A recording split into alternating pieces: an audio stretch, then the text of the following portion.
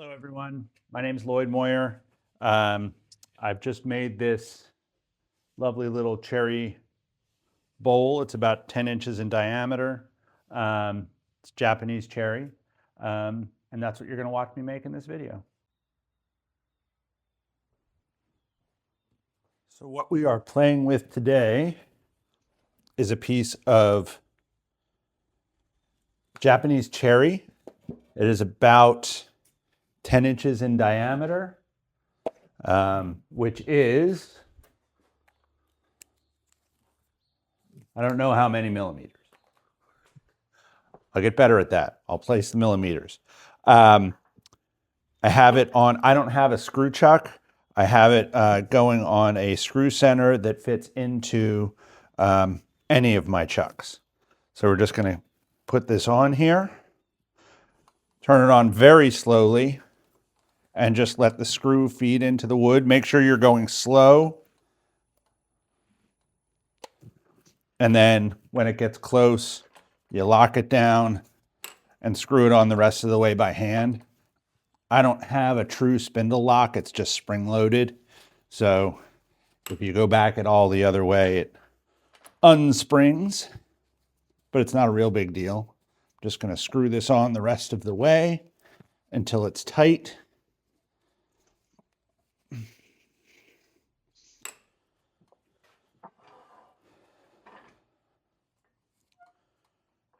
With smaller pieces, I often will put on I will rough out with a small spindle gouge like this. Works great. But with larger pieces, this isn't really large, but large enough. Larger pieces, I will use my bowl gouge with the fingernail grind. I like a little bit of weight when I'm turning something that's a little bit bigger.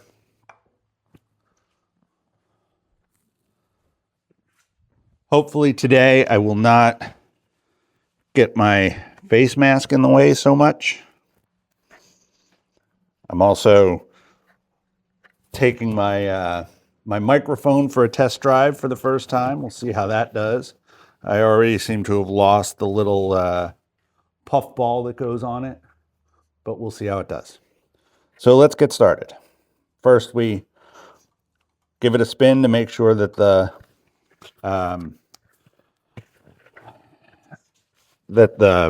tool rest is in the right spot. And then we make it as fast as you're comfortable with, or until your lathe starts shaking. My lathe is pretty heavy, so and this is pretty uneven. So the first couple of passes is just going to even this out a little bit. So I'm going at 428 RPMs. Yes, I'm married. Take off your rings, just to be on the safe side.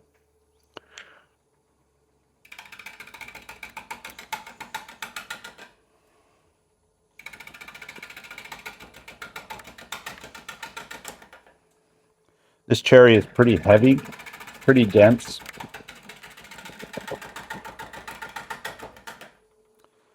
It's not that old, but it's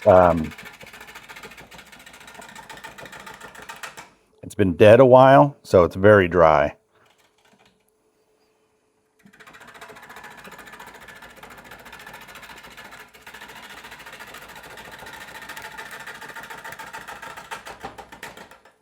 Really, all I'm doing is a shearing cut here with this piece of the edge. It's a pull cut.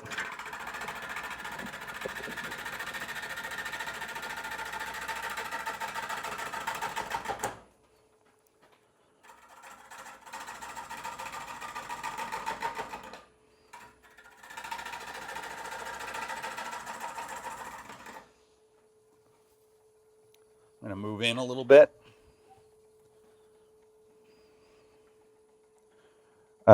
Beginners, if you're watching,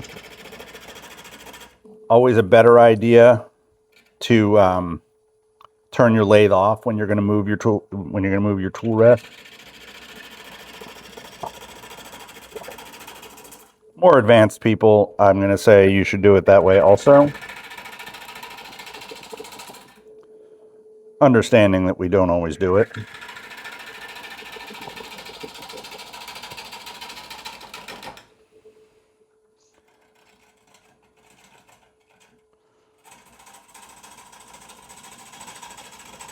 Now I'm turning this into a little bit more of a bevel riding cut, riding the nose. It's still a shearing cut,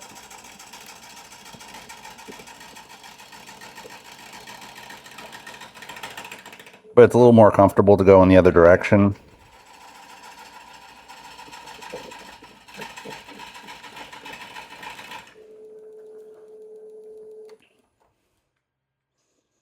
Coming along nicely.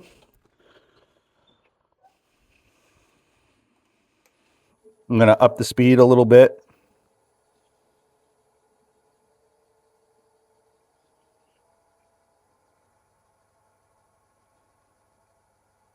$7.28.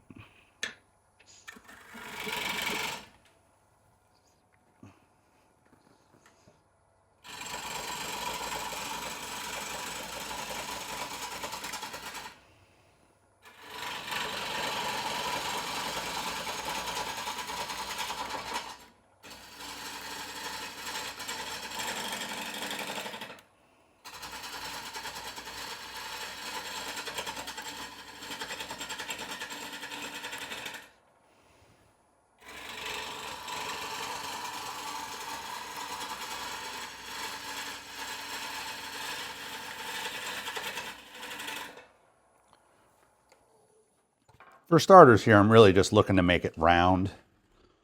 So there's still underbark here.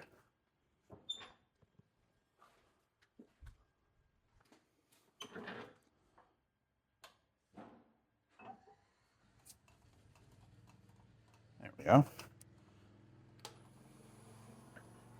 Just going to even out the base here.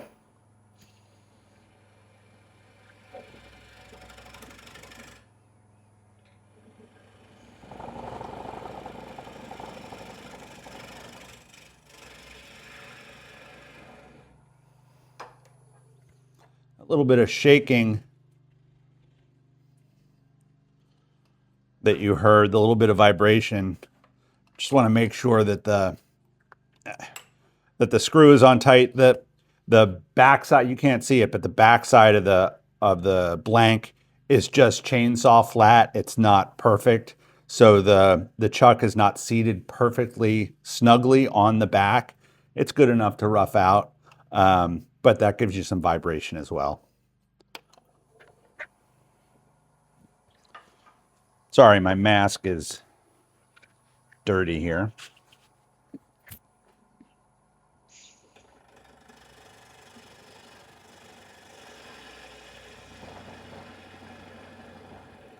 I think this piece is going to be able to be finished. It's not going to have to sit and cure it all. It's really quite dry. So I'm going to finish this as nicely as I can. I have a caliper already set. I should have a caliper already set. No, I don't. I'm going to set it. You can watch me set it. So I have this chuck here is my sort of medium-sized chuck. You saw my chuck on the that has the screw in it. That's my largest diameter jaws. This is my second largest. The one-way chuck is wonderful because it opens way further than these record chucks do. So there's a lot more variation. But I had a record chuck, so I got some accessories for it. And it's still a great chuck. So you see, I just have the dividers set to right about where I want the chuck to be. And I'll say again, I said this in my previous video, I'll probably say it every time. The way you do these is you want to have the left-hand side scratch the wood and have the scratch match up with the right-hand side, but be really careful not to touch the right-hand side to the face of the wood, or else it jumps back at you. Doesn't feel good. I've done it plenty of times. I'm sure I'll do it on camera eventually. And the more you do this, the better you get at it. So that's how my base is going to be. I'm right about there. So then I just go in from there. I'm going to make this faster again. I'm even now, so I probably can go about as fast as I want. This is just under 1200 RPMs.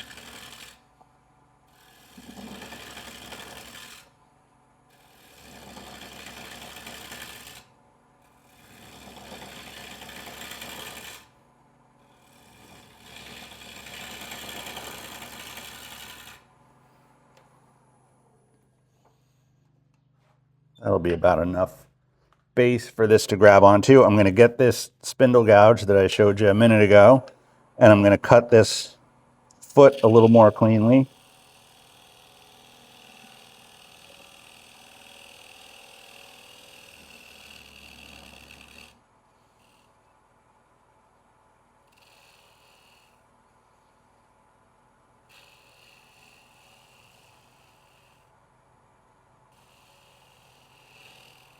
I always try and give myself a little bit of wiggle room as far as making the diameter a little bit bigger than the chuck really needs to be, because I never get it right. I find that wood turning is often a practice in close enough. I'm not perfect by any means. Now I'm gonna flatten this out and make sure it's concave. This is my sheared off scraper.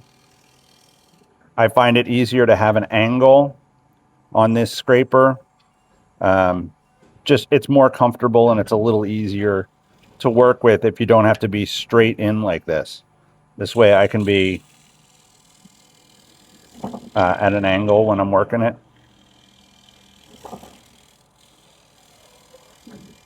Sometimes I give the base a little lip. It's just for show. If you sell your work, or if you're gonna sell your work, you will find, doesn't matter how pretty you make your bowl, the first thing they do is turn it over and look at the bottom. First thing your customers do, without fail, every time. I can't explain it to you. They pick it up, look at the bottom. So now I'm going to do a shearing cut. I'm going to try a shearing cut with the spindle gouge. Try and get out of the way so you can see what I'm doing here.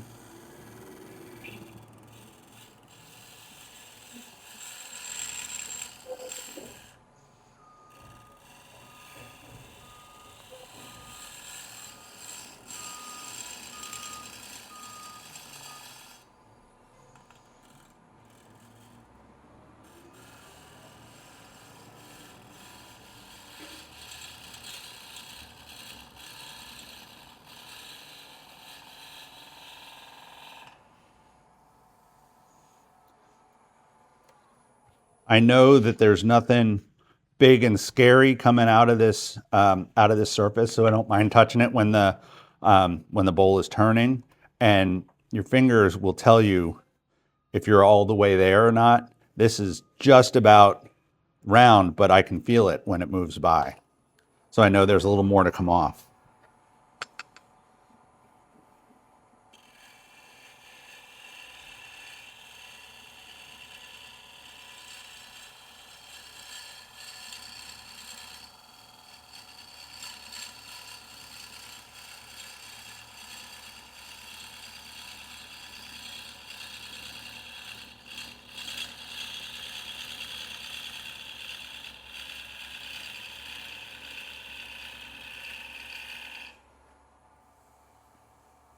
And then I can feel that it's not a clean cut there yet.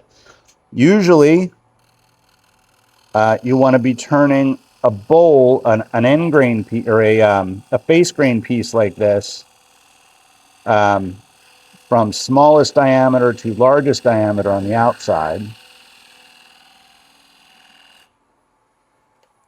And any beginners watching or people that are not experienced with the terminology, face grain means that you're turning perpendicular to the trunk of the tree. This is what we call the pith, the very center of the tree, and the growth rings come out like this.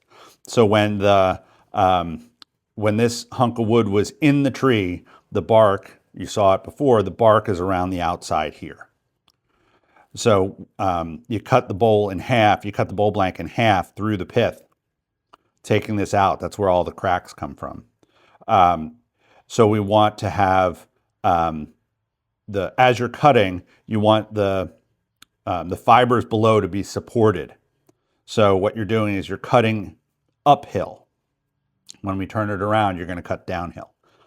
So in face grain work, you want to cut uphill. So cutting downhill means that you'll get much more tear out. You won't get nearly as nice a cut when you're cutting downhill. But sometimes, like when you're going right into this corner, you have to, and sometimes you can get away with it. Plus, you can clean it up, and I'm going to try and clean this up a bit with the scraper.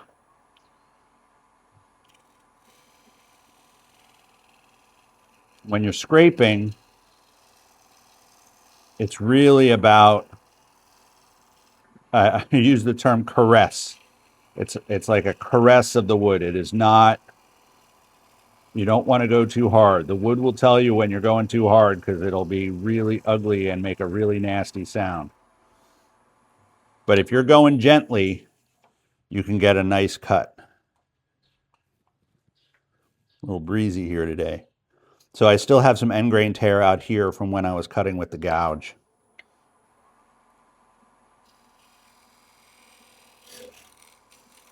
A little too tight there. Pushed in a little bit too hard and it grabbed a bit. You're going gently even when you grab, it's not too bad. You'll also see that when I grind the scraper like this, I grind a small radius, so it's not straight across. It's very slightly curved there, so that you really can't get a really bad dig unless you push really hard, which you shouldn't be doing.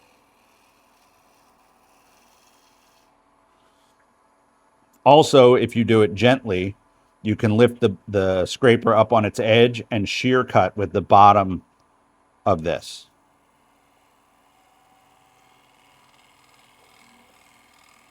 Just be sure you're using the bottom half of the bottom half of the edge here. That's still there.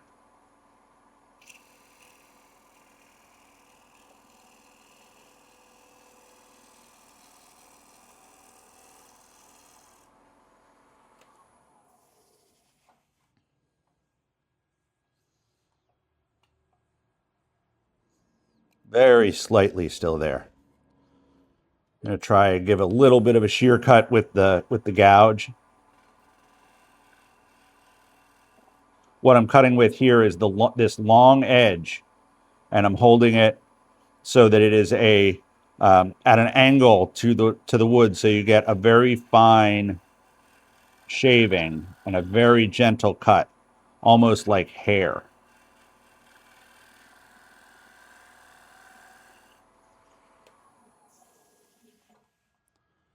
You can do this with sandpaper too, but I don't like sanding. So I want to sand as little as possible.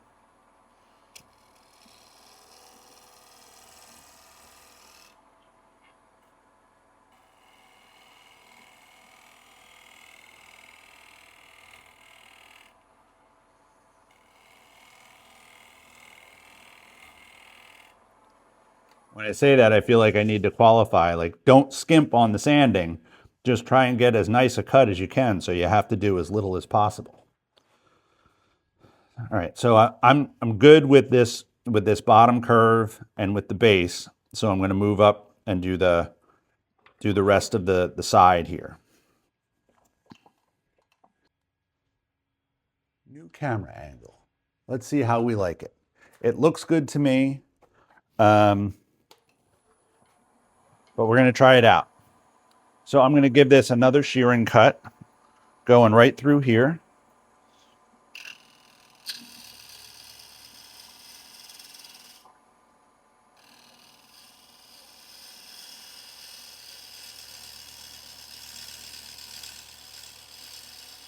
And again, I'm just taking my time here.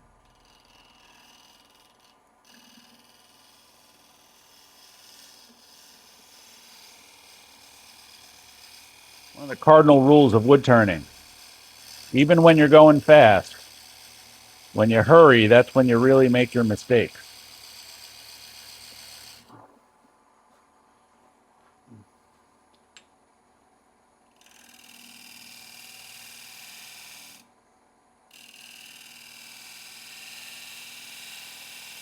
And you'll notice I'm not going all the way up to the edge here, and you'll see why in a minute. Again, when you're cutting like this in this direction, when you get to the end where the wood fibers are not supported by anything behind them, if you push right through that, they'll break out. You may be able to see a little better. This right here is the pith. So in this blank, the pith is still in the blank, and it caused a little bit of trouble here with some of these little splits. But it's so, again, it was so dead and so dry, it didn't really affect it too much. I still have some chainsaw edge right here, so that's all going to have to come out.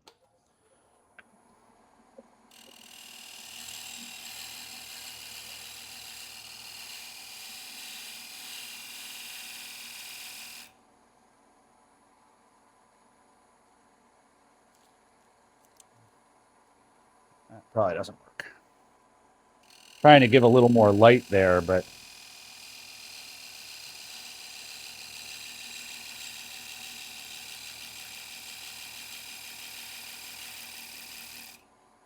now what I'm going to do is I'm going to come from the back side, and I'm not actually moving back and forth on the tool rest. If you see, I'm just using my hand as a fulcrum and just pivoting the tool into the wood gently.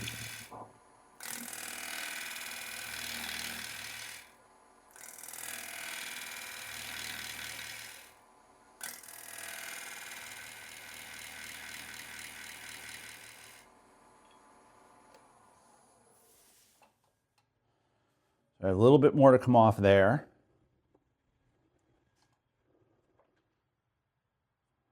That's it. So we've got to take the curve out a little bit right here. I'm going to use the heavier tool for this. And again, this is the fingernail grind. So the edge that I'm going to be using here is right along here. I'm going to be riding this bevel. I'm going to be riding this bevel and cutting with this curve right here. You should be able to see it.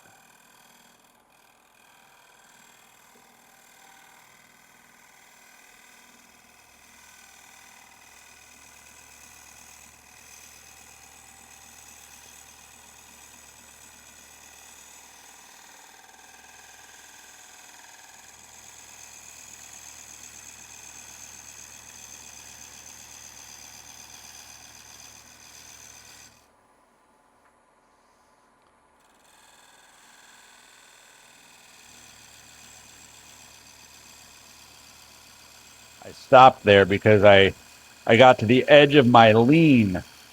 My feet were not planted properly, so I got off balance. All right. Everything's gone. I actually feel like I still have a bit of the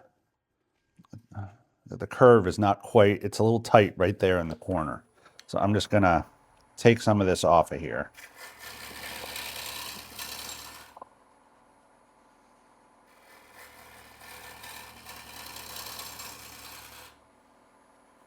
You know, the most important thing in bowl design, that I once read, a wonderful book called The Art of Turned Bowls by Richard Raffin. I recommend to everyone. all the beautiful grain and beautiful wood color, it all goes away after time, and all you're left with is the shape of the bowl that you made.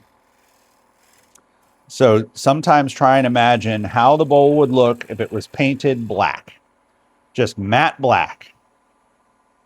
Granted, if you're into sort of modern design, you like that idea anyway. But, you know, what was meant by that statement, I'm sure, is take away all the fancy grain, all the beautiful color in the wood, and what you're left with is the shape of the bowl. And that is paramount, because you give it enough time, all that fancy grain fades away, all that fancy color either sun bleaches, to sort of a blonde color, or darkens to a brown. Like, it just, you give it enough time and it fades away. So you got to really pay attention to the shape that you're making. That's a much better curve. I still feel a little bit flat there, but I think, well, I'm going to take one more little cut here. They always say the really bad catch lives in the last cut. That shouldn't stop you from taking that last cut, though. Got to make it right. If the bowl is bad, if it's badly shaped, nothing else matters. If it's inferior, it's inferior. Now I'm going to take the heavy gouge here, and I'm just going to flatten off the top.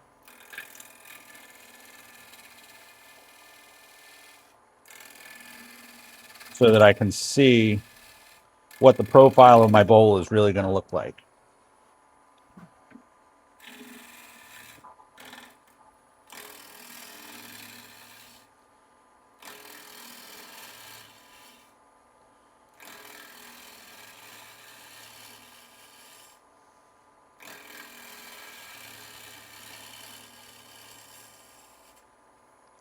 I think I still have some pith in here also. No, the pith is there, and the pith is there. You can still see the pith there, but that'll turn it away. So the pith is gone. I might keep that little bead there. That's just a tiny little bead, but I might round that off anyway. That might be nice.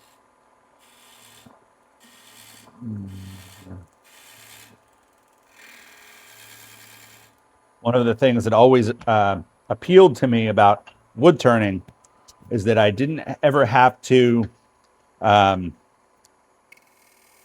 subscribe to a design or a plan. If you're building a table, you design the table and then you got to stick to that design or else it doesn't work. With wood turning like this, I can go with my whim, and I do that all the time. Now, I have things that I make by a certain design. Some of my Christmas ornaments and stuff like that, magic wands, I try and do as a specific design. But even there's a certain amount of spontaneity that really, really adds to the beauty of the piece. I have some end grain tear out here on the back side. I don't remember if you can see back there. You can't. But I'm just going to make a couple of passes on this. Bear with me.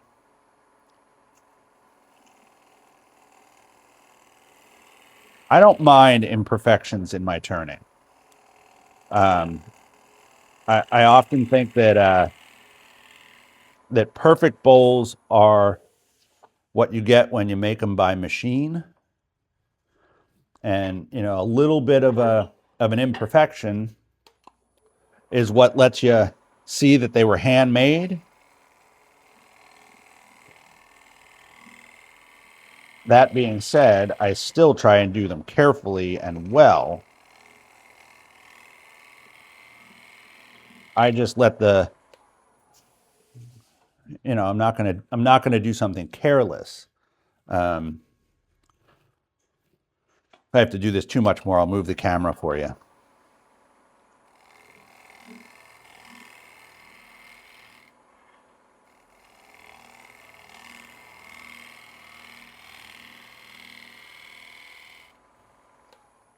When I say I don't mind the imperfections, that doesn't mean I'm going to leave the end grain tear out there because it makes it look better. It doesn't.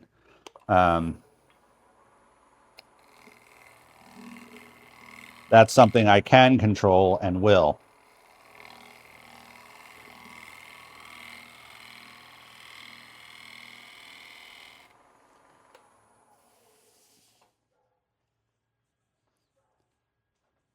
That'll be fine.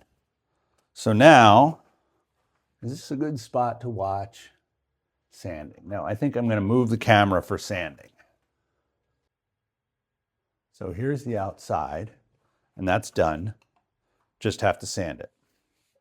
And on the outside, I usually hand sand, but I think on this one, because it's a little bit bigger, I'm going to power sand with 120 grit.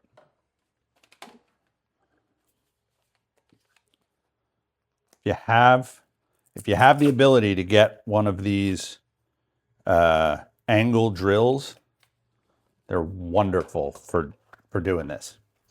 So little noise.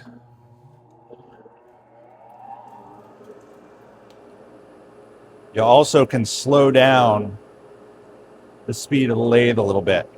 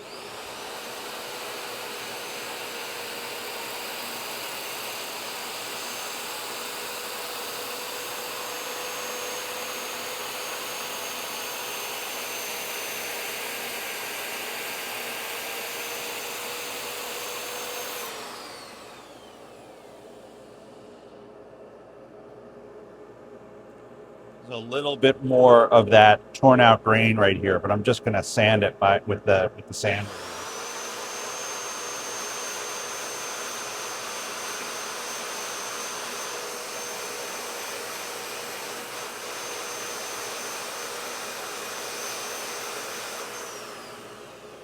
Beauty.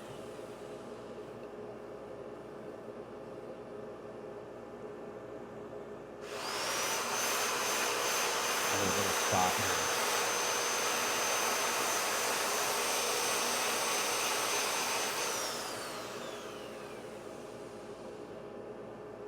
Okay.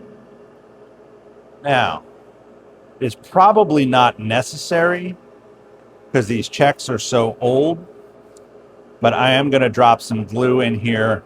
I don't really like to use glue if I can help it, but this particular bowl is going to be a good salad bowl, so I want it to be watertight.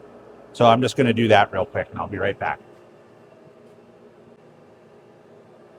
Okay, so back to it. I usually put a little bit of oil where the little cracks are, so that the glue, oil and wax, so that the glue doesn't seep down in around. You can see one little spot there that I missed, or that the glue got into the wood anyway. That won't show once the bowl is finished, but it's just me being particular. So now I'm just going to sand this off a little bit.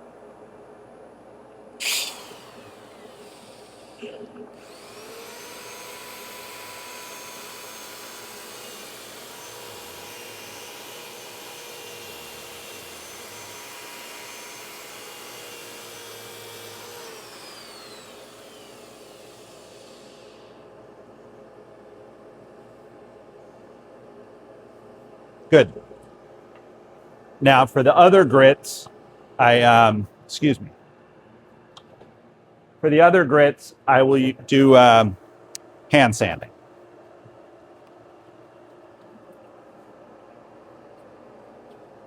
A wise man once said, you should use the sandpaper as if someone has given you a lifetime supply. Don't try to make the sandpaper go further than it's meant to. When it stops cutting, get a fresh piece.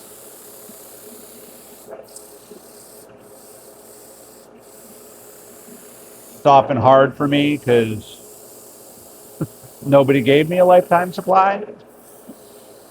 But the moral is correct.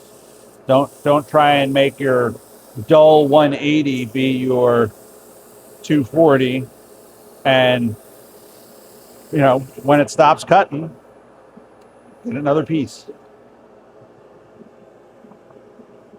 This cherry, it's Japanese cherry apparently, that my father gave to my grandfather and was planted at my grandfather's house. I'd never seen it before, but it's just a beautiful, finishes beautifully. It reminds me of Zelkova, which is one of the nicest woods I've ever turned. I haven't had any of it in years.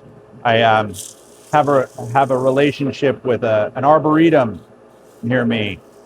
You can ever make friends with people at an arboretum, go for it, because I always say I only turn local wood,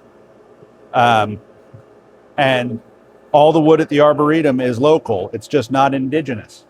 So I've gotten my hands on some really neat stuff from the arboretum, and Zelkova was one of them. So if you ever get a chance to get your hands on some Zelkova, it is one of the most beautiful turning and finishing woods you'll ever work with. This is the 220.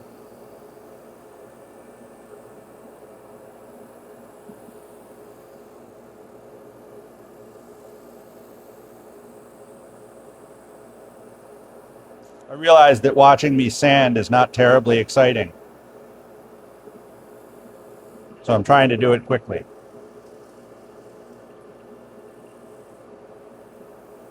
When I first started turning back in the early 90s, I was terrible at sanding because, watching someone sand is almost as dull as actually doing it. And so this is 320. So I wouldn't do it well enough. And my pieces were always inferior because they were not sanded and finished well enough. I got to turning and then said, all right, I want to be done now. But if it's not sanded well, it doesn't matter if it's turned well, it doesn't matter if it's designed well. If you don't take every step and do every step properly, or at least as best you can, it's never going to be really finished. If you're going to sell your work, which some people like to do that, some people don't. I do. Every single piece has to be finished as if it is the one single piece that you would hold up as an example of your work. And the reason I say that is the person who buys it, that's exactly what it is. It's the only, if you're lucky, like I have been in lots of situations to have people that buy multiple pieces from you, then they have more than one, of course. But for those people that only buy one piece from you, this is the only example of your work that they're going to have. So every piece has to be an example of your abilities. My Mahoney's came in. So this is walnut oil mixed with beeswax, and it is the finish I use most often.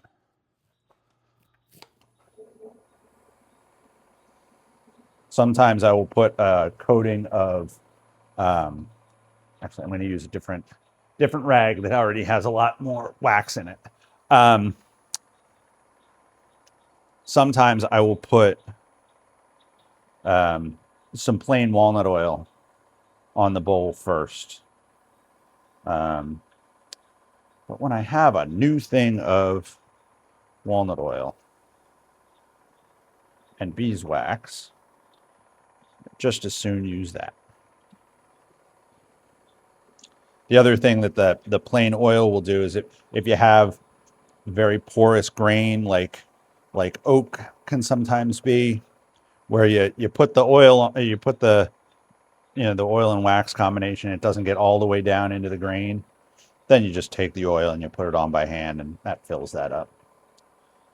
Or in a corner like we have here.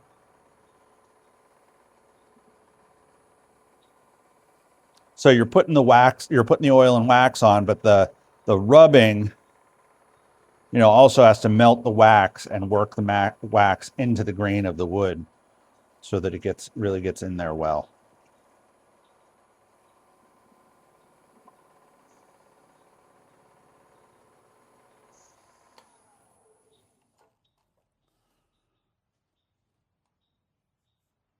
See, like right there, there's a little, I don't know whether that's a little bug hole or something. I don't know if you can see it right there, but I'll just take a little fingerful of oil and get it right in there. I don't know if you can see on the camera, but this wood, especially the sapwood here, has this beautiful translucence, which is really what reminds me of Zelkova. Zelkova does that for the whole wood. It's beautiful. This one's turned out very well. Let's see how easily I can take this thing off of the screw chuck. I might have to turn the camera off. Nope, I got it.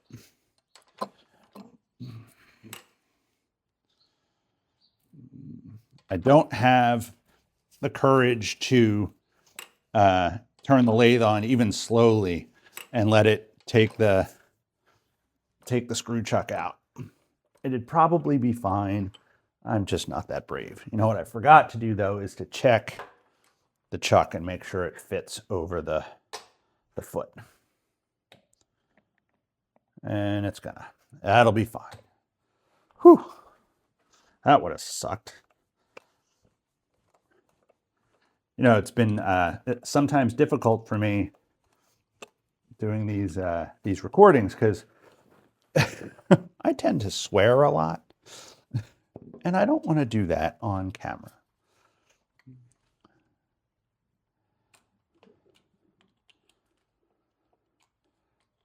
Of course, if I ever make a mistake, you might hear it anyway. I'll do my best, I promise. This is a family video, not that you're watching it with your family.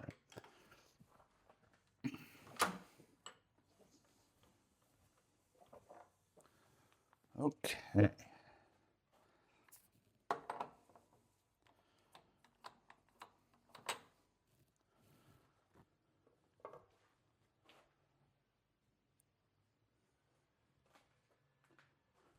Sorry, just tidying up a little bit.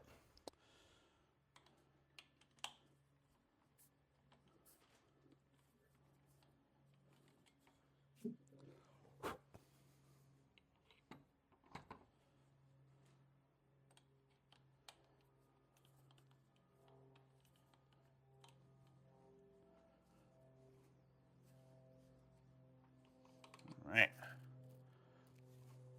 The size is just right.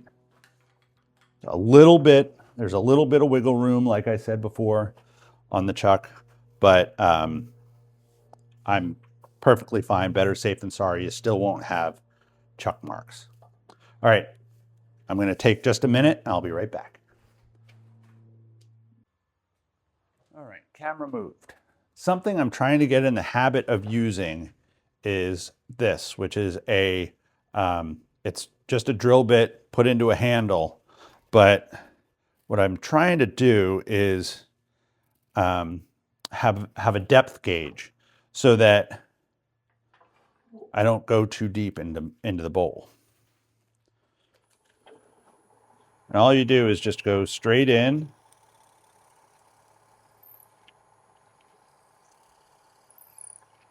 And this particular bowl is deep enough that I can go all the way in with this depth gauge and then some. But it still gives me an idea of where I am when I'm hollowing, which is helpful to me. If it's not helpful to you, that's okay. I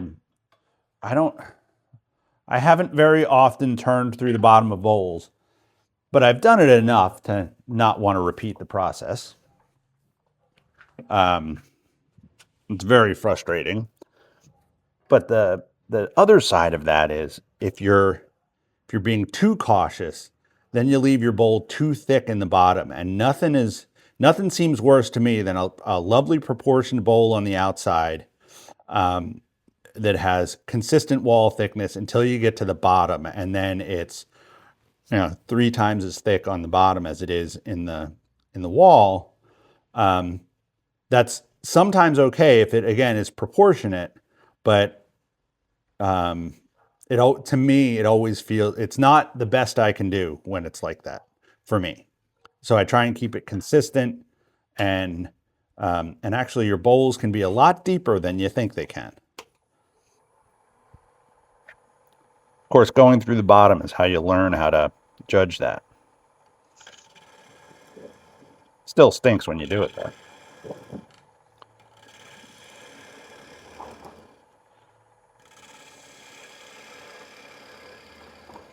There are a couple of methods for hollowing. One is the one that I'm doing, which is you just fill that, feed that hole. Chase after that middle hole. The other one that I do occasionally is you go the other way. And you go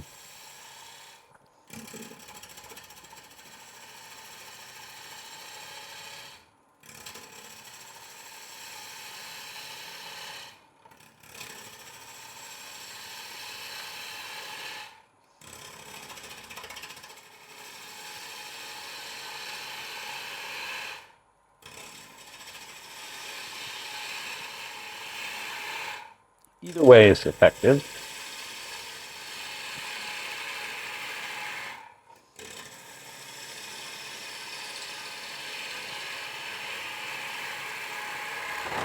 Nothing wrong with doing a combination of the two.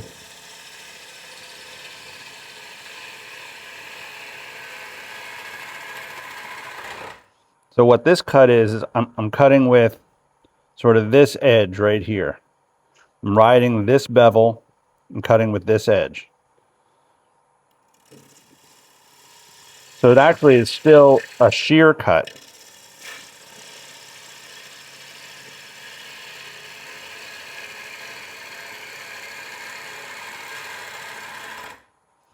When you're going in this way, you got to have the tool right up on its side, really right up on its side, so that you're turning straight in. Otherwise, you'll get a catch and it'll push you back. But if you're right up on its side, you can get into the wood and then open up the bevel. Open up the bevel like this.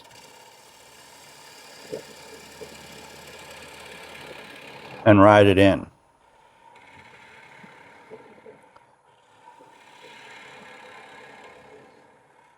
The other nice thing about having the depth hole is that you don't have to worry about the very center of the bowl for a while. Sometimes it's hard to get that very center because the very center of the bowl is where the wood is spinning slowest. And sometimes it's a pain in the butt to cut that cleanly.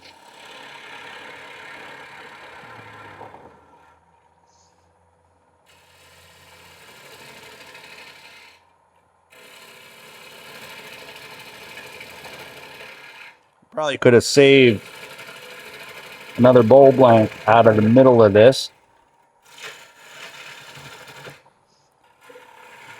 But I don't do that very often. I don't have the patience for it.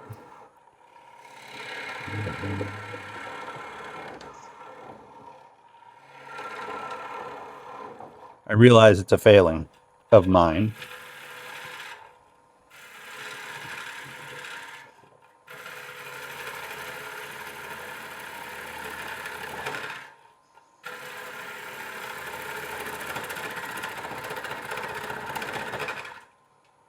Kicking back a little bit because I'm getting out there a little unsupported.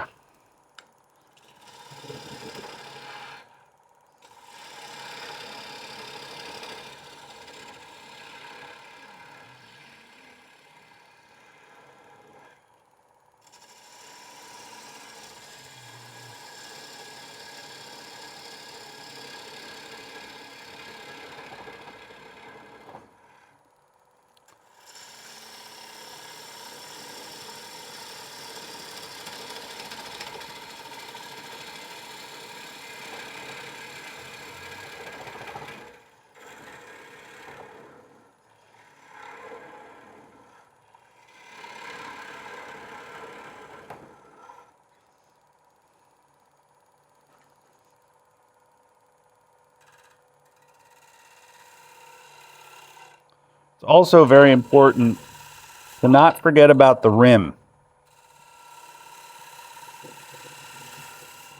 The rim of your bowl needs to be, you need to pay attention to it. It's not just the top of the wall, or it shouldn't just be the top of the wall. If you're going to have it rounded, if you're going to have it angled, it's a decision to make. What I'm doing here is I'm trying to just continue the bead.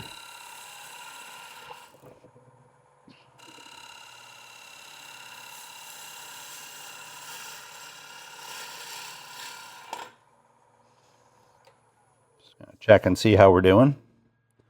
There's a little knot right there that I just felt myself hit. Still have the pith right there. I'm going to take this down a little bit. Just a touch.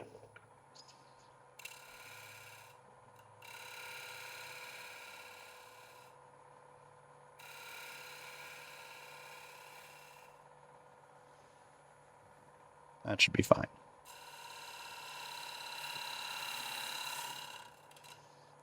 Again, I'm going to turn the tool all the way up on its side so I can go in, and then I open it up,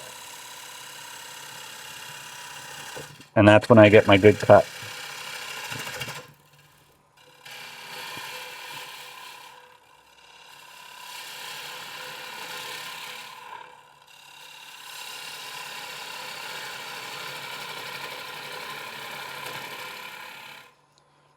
This also goes much faster with a green turn bowl because the wood is still wet. What we mean by green, for anyone that doesn't know, is wood that is still wet, still relatively new. Hasn't been down for very long, so there's still a lot of moisture in the wood. It's very wet. It makes it turn much more easily, but also means that when you are done with it, it's going to move, it's going to crack, it's going to warp. So when we talk about green turn bowls, it means that we also talk about twice turned bowls, which means you turn it into a rough bowl shape, and then you let it sit and dry for months or years until the moisture comes out, and then you go back in and turn it again once it's dry.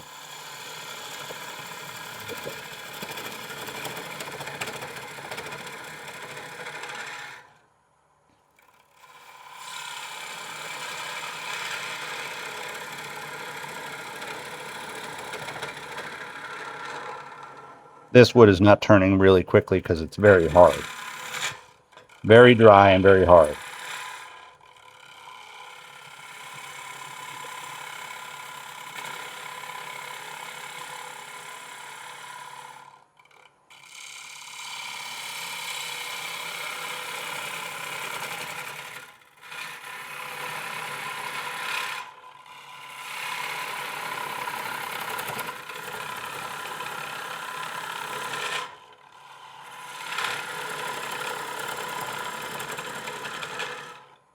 What I'm doing right now is the tedious part of wood turning. Excuse me, I'm probably going to get in your way a second.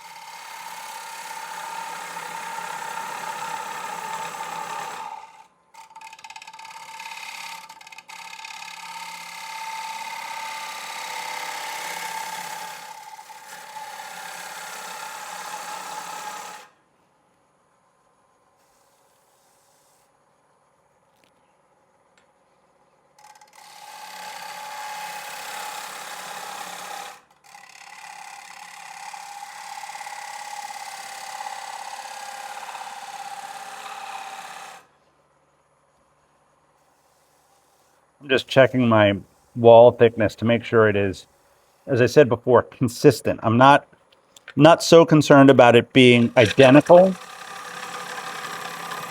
but I want it to be consistent.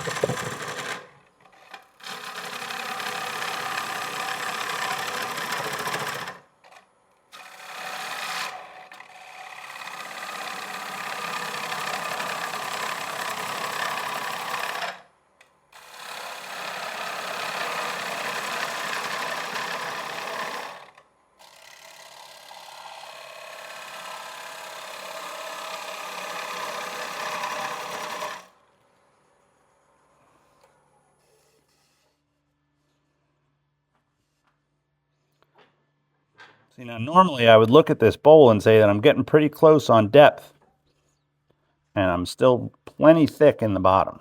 The wall thickness up here is just about where I want it, but even right about here it starts to get thick again because I still have plenty of room in the bottom.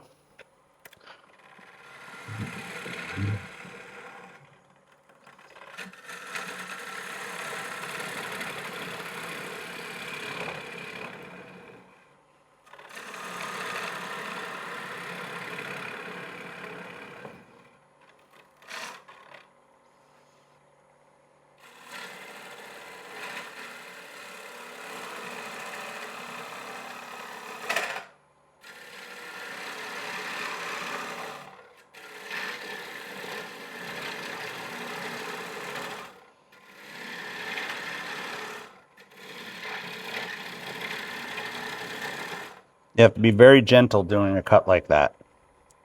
It may not have looked like I was being gentle, but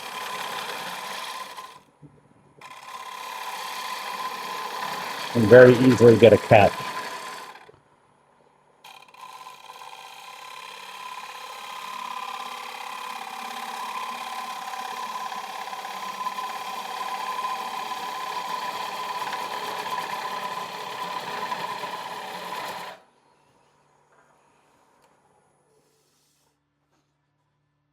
See, I'm still really thick here. Good, good, good. And then starting about right here, it starts to get thick. I'm actually going to mark that.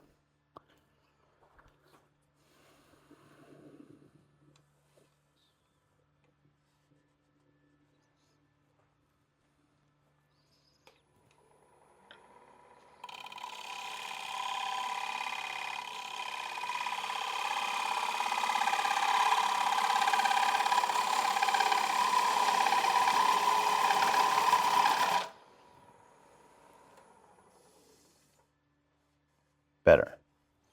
Still a little hump right there.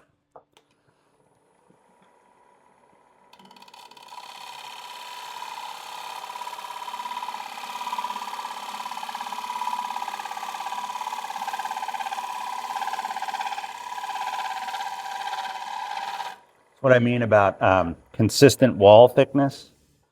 I just don't want bumps and, you know, high spots and low spots all over the place. There's a thin spot there and then a high spot right here.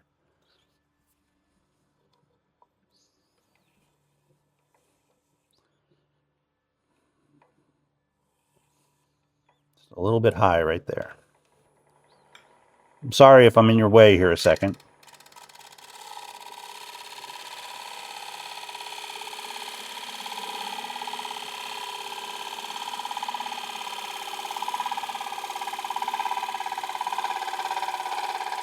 Good.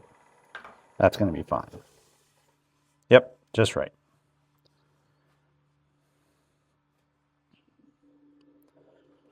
Let's see if I can go down a little bit more with the gouge here before I switch to the scraper.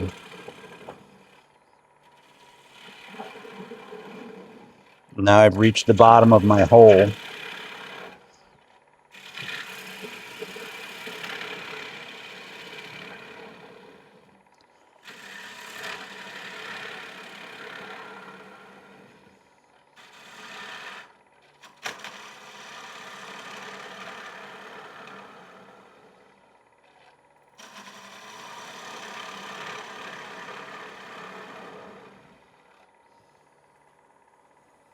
Okay. Now I'm going to switch to my scraper here. My big bowl scraper. This is I think it's a 1-inch bowl scraper. And you want to be tilted just slightly downwards. So you want to have your tool rest just a little bit above center. So you're angling down.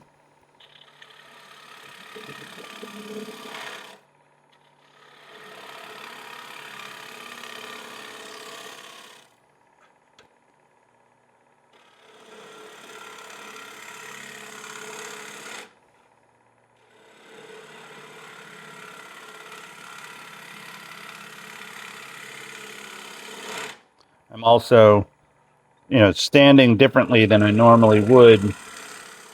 You know, and holding the tool differently. Usually if I'm doing this off camera, I'm holding the tool like this. So I'm really holding it with my hand, but my forearm is supporting the tool.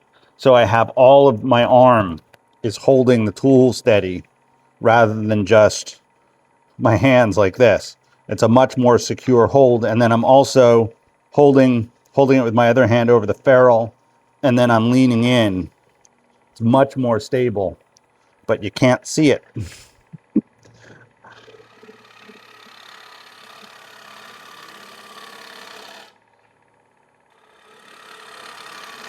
It also just occurred to me that you probably couldn't see my demonstration of how the tool is under my arm. So in case, I'm just going to show you again in case you couldn't see it. So I'm holding the tool like this with the back of the tool underneath my arm like this, and then my hand over the ferrule. The ferrule, by the way, is this piece of metal that holds the blade and the handle.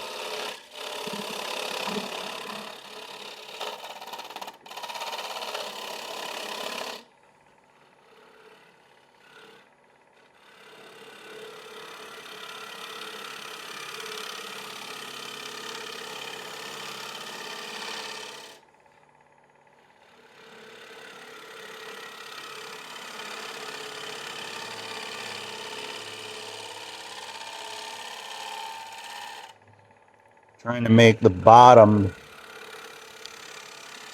a gentle curve as well.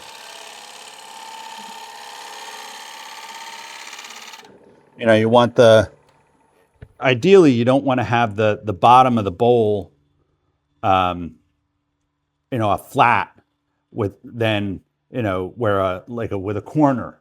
If you're doing a square edged bowl, of course you want that, but you don't want to have the bottom part be flat and then the walls spring up from it. You want it to have a sort of a gentle curve if you can. And I am still too deep in the bottom, so I'm going to go down a little bit more.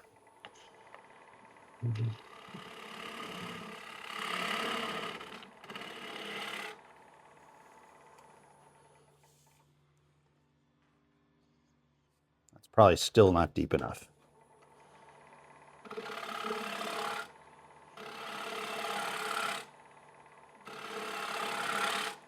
You know, you could argue with me that having a finished bowl that's a little too thick in the bottom is preferable to a funnel, you know, a bowl with a hole in the bottom. And maybe you're right, but I would also say make a few funnels and you'll get better at having your bowl be the right bottom thickness. It's just about practice. And you can't get better if you don't mess up. Don't worry about messing up. There's always more wood.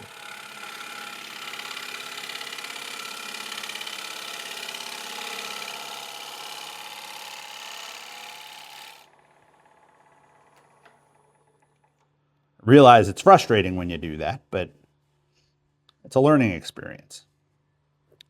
I have over here a set of calipers that'll tell me how deep this or how thick this is in the bottom. So I'm at about, I don't know if you can see that, it's about an inch.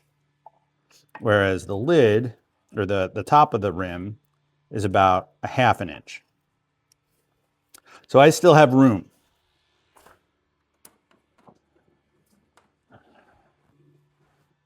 And don't think that I don't get scared of going through the bottom too. It happens, you know, I always get scared of it and I will often chicken out.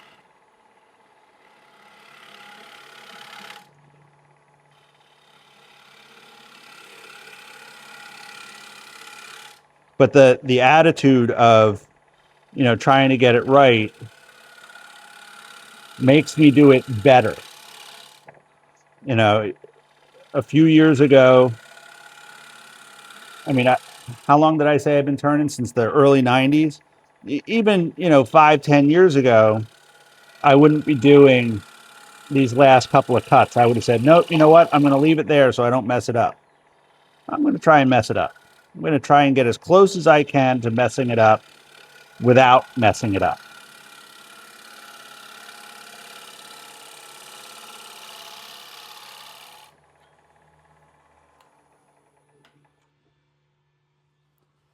But also I want to again, I want to have a nice consistent curve here through the bottom of the bowl.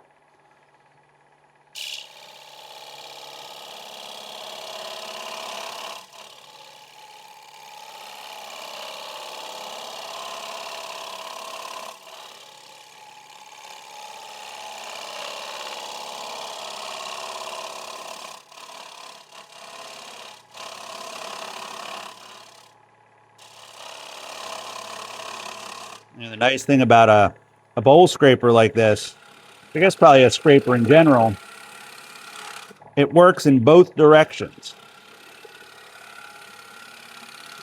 Both as a push cut and a pull cut.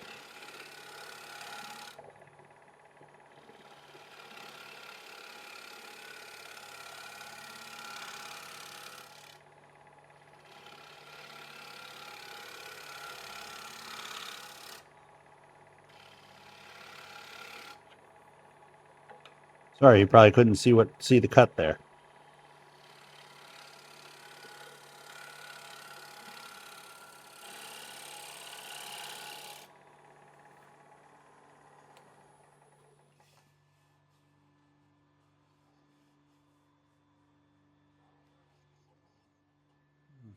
Still feel thick here.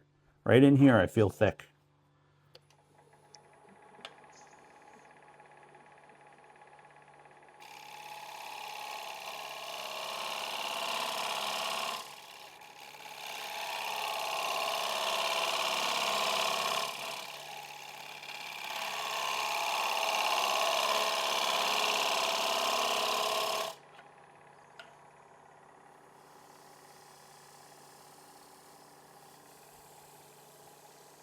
That's right. That got it.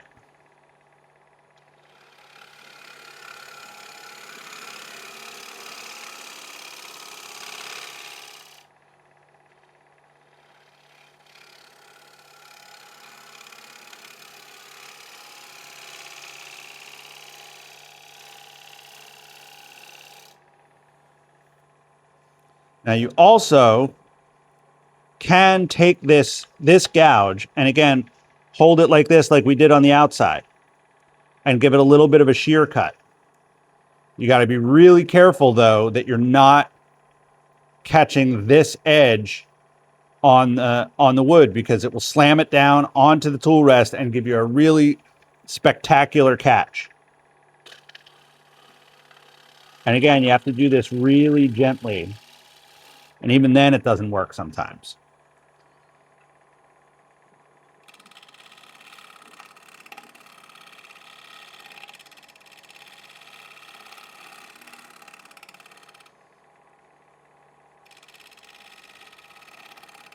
Enough so that I don't do it very often.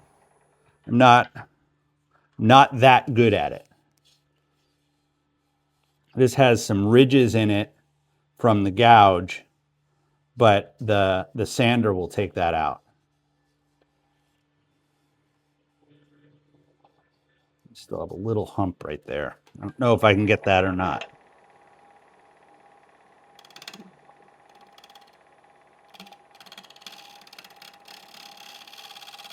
Sorry, I'm probably in your way.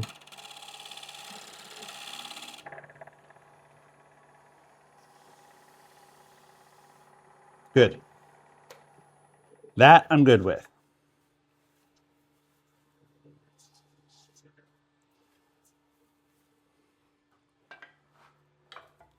All right, I'm not going to switch anything around before I go to the sander here.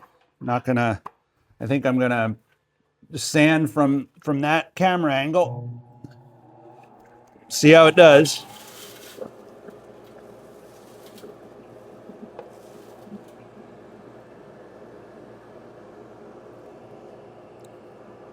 Again, I'm going to slow the turning speed of the lathe down.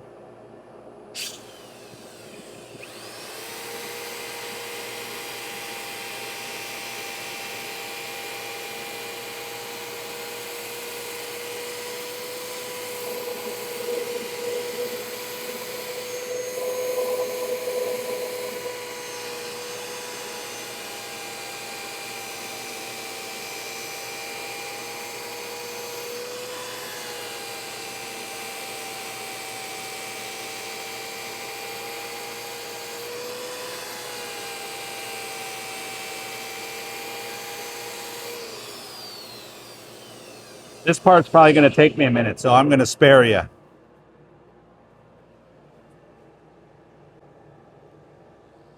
So there's 120 grit, all done. It did take me a few minutes just to get a couple of the ridges and things out. I'm going to do a quick pass with a piece of 120 grit by hand, just because I like to do it that way sometimes after I use the power sander, because I can feel the surface this way. I can feel if there are any ridges that I missed, things like that.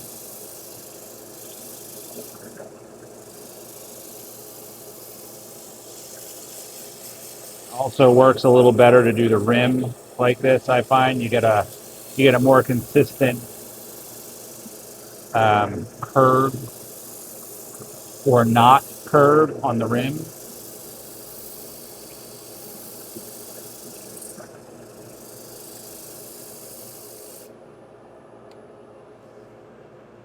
There we go. It's a good finish. When I hand sand, sometimes turn the speed back up again. You know, when you're power sanding, both the pieces are turning, so you don't need it so fast. But but when you're hand sanding, a little extra speed doesn't hurt. Need a fresh piece of 180 here.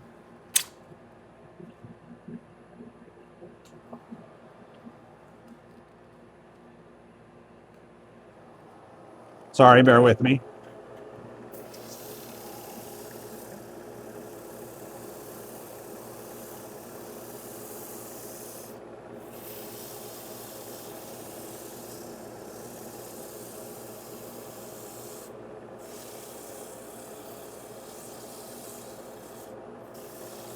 I want the top of the walls here, the rim, to be rounded over very slightly just to match up with the bead. But I still want it to be a clear um, a clear indication from. I don't want it to be totally rounded over. I want there to be a delineation between the inside of the bowl and the outside of it.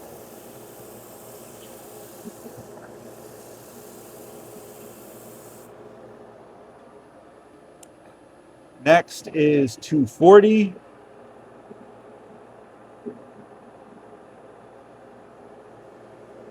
I think this piece is 220. This is not my normal sandpaper. My normal sandpaper was sold out. So I have this stuff.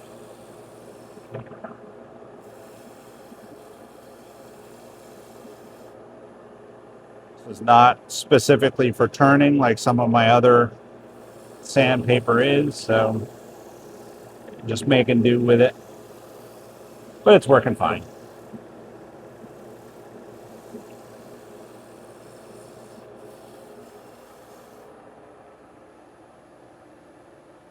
And 320. 320 is orange.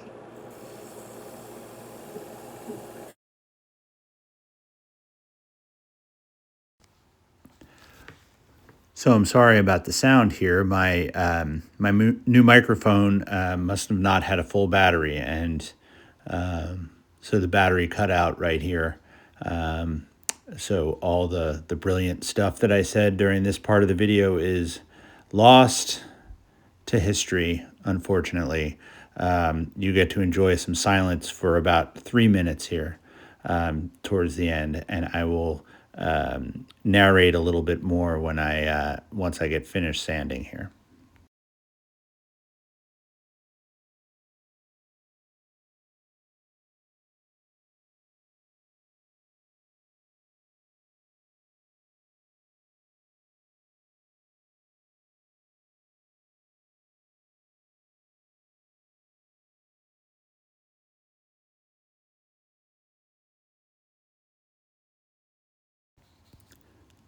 So here it is, all done.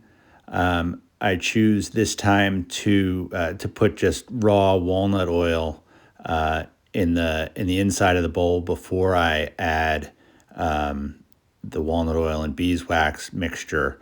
I keep my walnut oil in an old soap dispenser. Makes it much more convenient to get the oil out rather than dipping it into a jar or pouring it out of a bottle. The little pump nozzle is really convenient. And then I'll add some of the walnut oil and beeswax mixture, which gives a little bit of wax. I also remember mentioning every once in a while, if I want something with a little higher shine, I have hut wax also, which is a hard carnauba wax, which gives you a higher gloss finish. But I don't use it very often. If I make a pen or a Christmas ornament or something like that, I'll sometimes use the carnauba wax. But usually the beeswax finishes off just fine for me, and then it washes off the first time you wash it, and the bowl takes on its own patina. And really prefer it that way.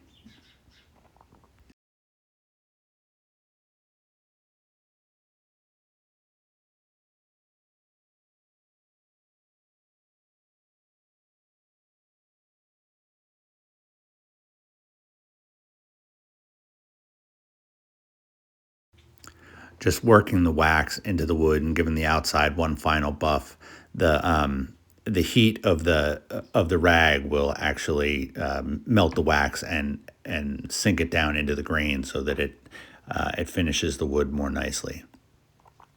And then here I'll take the bowl off of the chuck, and you'll be able to see that you take it off finished, and there are no chuck marks, no dents in the wood or anything like that. Finished out very nicely. Turned out really well. I'm happy with that piece.